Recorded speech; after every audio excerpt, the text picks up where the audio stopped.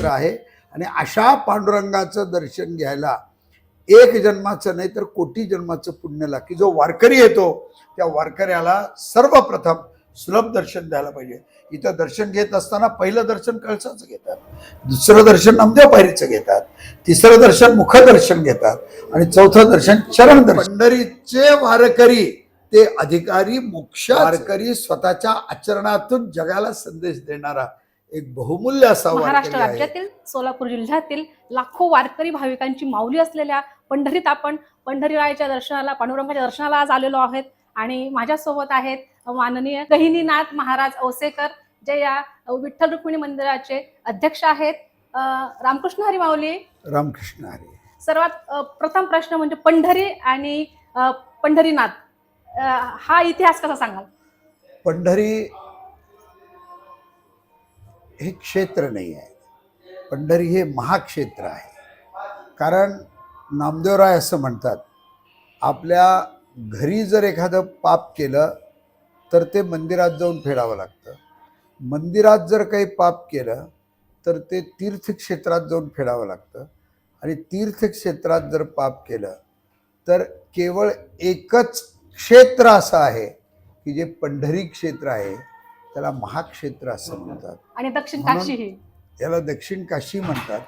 पण आम्ही प्रत्येक श्रीमंत जगद्गुरु तुकोबारायांच्या शब्दाला हे वेदवाक्य समजत असतो।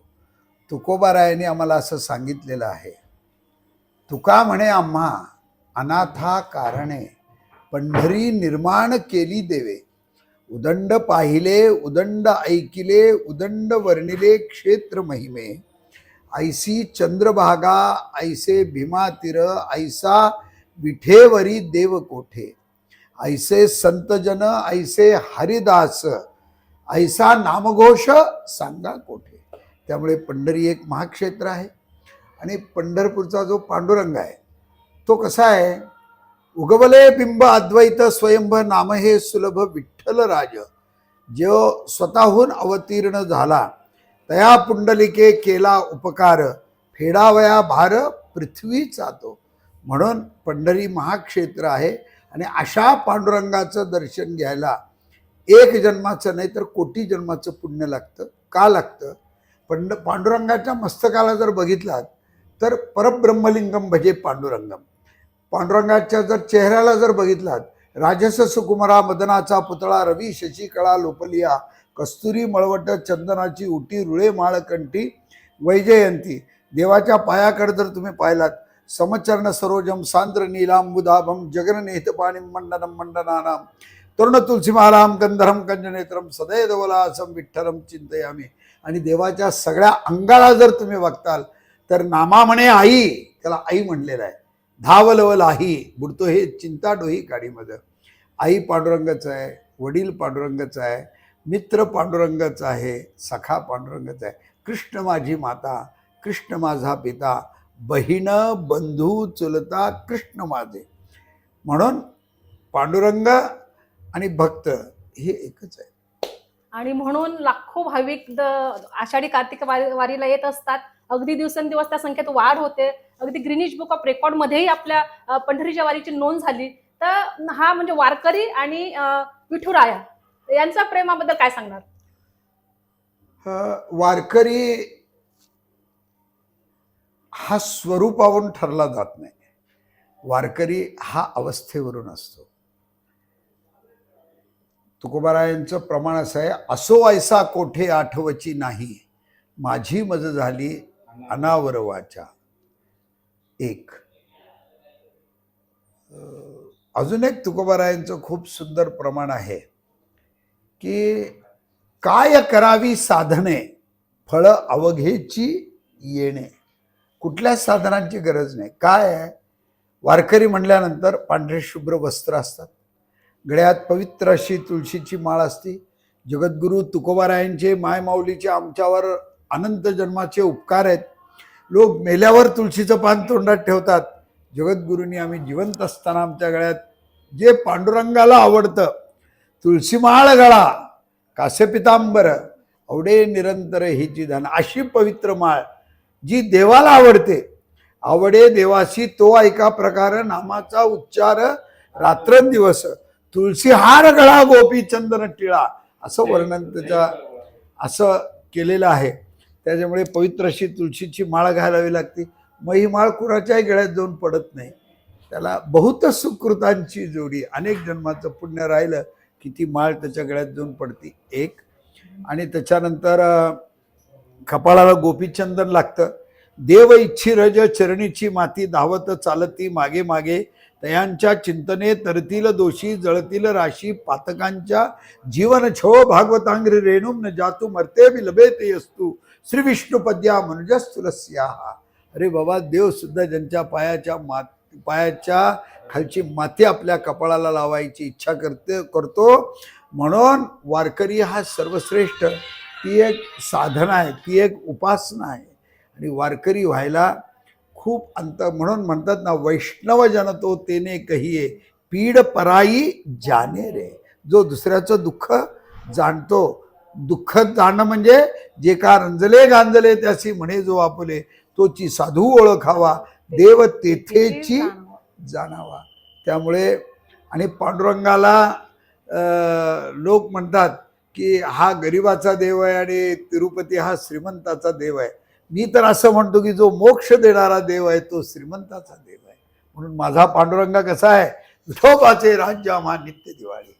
आणि प्रत्येकाच्या हृदयात वसलेले आपलं विठुराया आहे. नाहम बसामी वैकुंठे योगी नाम हृदयेन च मत भक्ता यत्र गायंती तत्र तिष्ठामि नारद. असा आमचा पांडुरंग आहे. आणि खरं तर वारकरी एक असं आहे की वारकरी म्हणजे तुल्य निंदा स्तुतिर्मौनी संत. आम्ही कुणाची निंदा करणार नाही, आम्हाला कुणाचं वाईट चिंतायचं नाही. आम्हाला झालं तर मदतच करायची आहे. आणि मदत जर करता आलं नाही तर फक्त फक्त फक्त भगवंताचं नामचिंतन आणि भगवंताचं नामस्मरण करायचं. त्याचं वारकरी त्याचं नाव म्हणतात.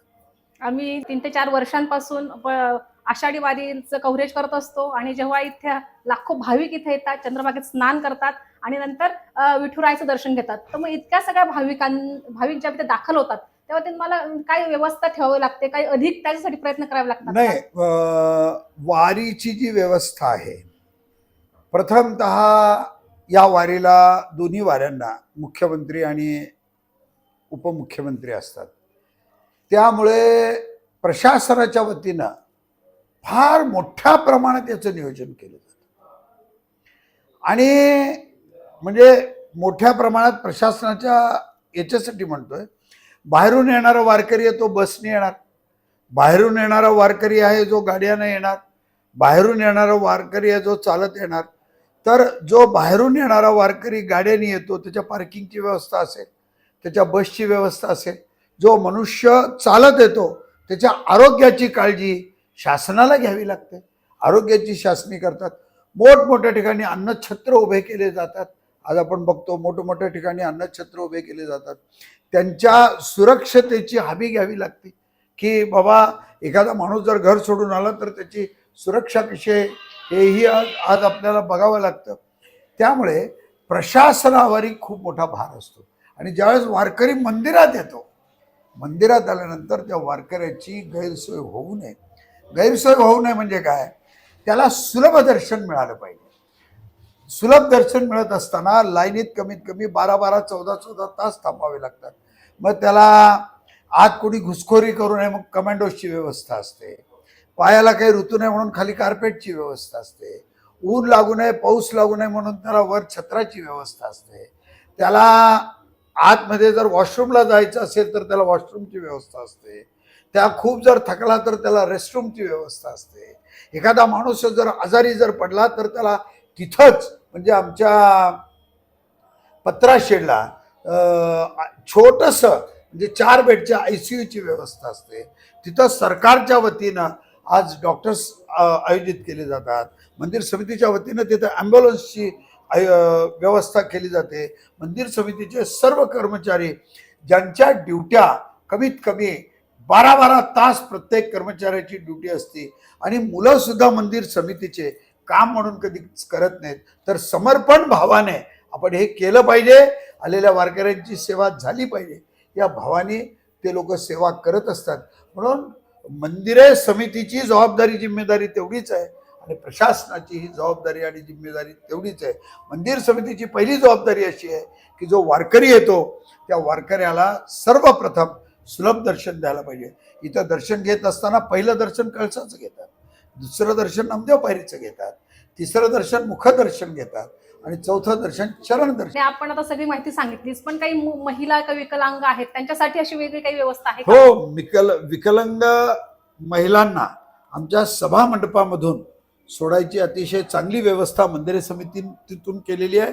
जे निवृत्त मिलिटरी अधिकारी आहेत किंवा मिलिटरीचे सैनिक आहेत त्यांना सुद्धा आज आपण सोडायची व्यवस्था केली गेलेली आहे. त्यांच्याबरोबर जर खूप 80 वर्षाच्या वयोवृद्ध महिला असतील त्यांना सुद्धा मंदिर समितीनं सन्मानानं सोडायची व्यवस्था केली गेली. आणि आपली समिती वर्षभर काय काय कार्यक्रम राबवत असते? पंढरपूरचं मंदिर हे जे आहे जितकं दर्शनासाठी प्रसिद्ध आहे तितकंच प्रत्येक महाराजांच्या परंपरा इथं राबल्या जातात. 4 महिने चातुर्मासामध्ये अनेक महाराज लोकांच्या परंपरा असतात. ज्या परंपरामध्ये काही परंपरा बोधले महाराजांच्या आहेत, काही परंपरा देहूकर महाराजांच्या आहेत, काही परंपरा वास्कर महाराजांच्या आहेत, काही परंपरा आजरेकर महाराजांच्या आहेत, काही परंपरा टेंबूकर महाराजांच्या आहेत, काही परंपरा औसेकर महाराजांच्या आहेत. इथं अनेक महाराज लोकांच्या फड परंपरेच्या इथं लोक म्हणतात इथं मान आहे. मला जर विचारलं तर हा मान नाही आहे, इथं पांडुरंगाच्या दरबारातली सेवा आहे. सेवा, कारण मान हा वेगळा आहे. मान असला की अभिमान येतो आणि सेवा आली की विनम्रता येते. पांडुरंगाच्या दरबारात कसला मान आहे? पांडुरंगाच्या दरबारात फक्त सेवा म्हणजे फक्त सेवा. म्हणजे खरं तर आपली वारी परंपरा, आपली संस्कृती ही जी पुढे जात आहे आणि हजारो वारकरी भक्त सगळीत येत असतात, वर्षभर विविध राज्यातनं येत असतात. त्या सगळ्यांना भक्तांना, भाविकांना, वारकऱ्यांना आपण काय संदेश देऊ इच्छिता?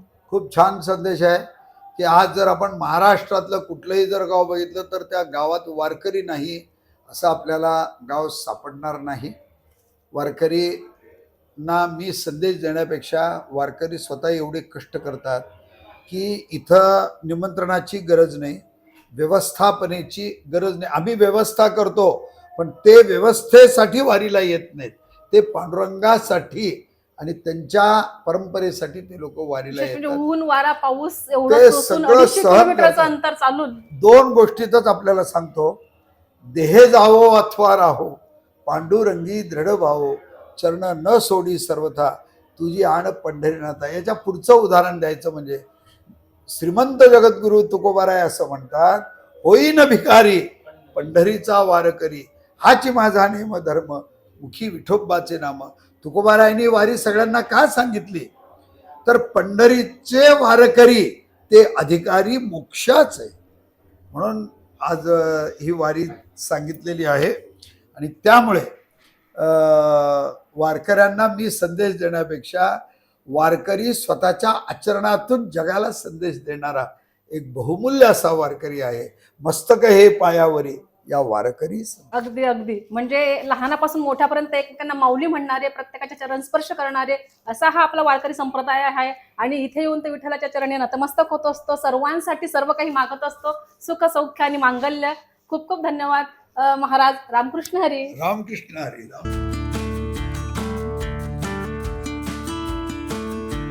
आणि खरंच महाराज खूप धन्यवाद. तुमच्यामुळे छान आमचे दर्शन झाले आणि तुम्ही खूप छान मुलाखती दिली आणि एवढ्या बिझी शेड्यूलमधनं वेळ काढला आमच्यासाठी, तेच खूप झालं. खरं तर पांडुरंग पावला असं आम्ही म्हणू शकतो. वडगुजरजी जे त्यांच्या सर्व कुटुंबियांचे आपले मनापासून आभार मानतो की आपण आज पुणे क्षेत्राहून इथं आला, इथे येऊन छान मुलाखत घेतली, पांडुरंगरायाचं कौतुक केलं आणि आपल्या यूट्यूब चॅनलला पांडुरंगाच्या चरणी समर्पित केलं आहे. हा भाव राहिला तोच खरा. नाही तर म्हणजे माऊलींचा आशीर्वादच मी समजते. तुमच्यामुळे दर्शन झालं. तर तिकडे गेलो, ते डोनेशन राहिलं एवढं आहे. मी म्हटलं बा एवढं माझं हे नाही. नंतर मी पहिल्यांदाच पंढरपूरला आलो. तिथे बाहेर जे विजय आहे मी त्यांच्या पाया पडलो. म्हटलं पांडुरंग साहेब जेव्हा आरामात असतील तेव्हा माझी एवढी विनंती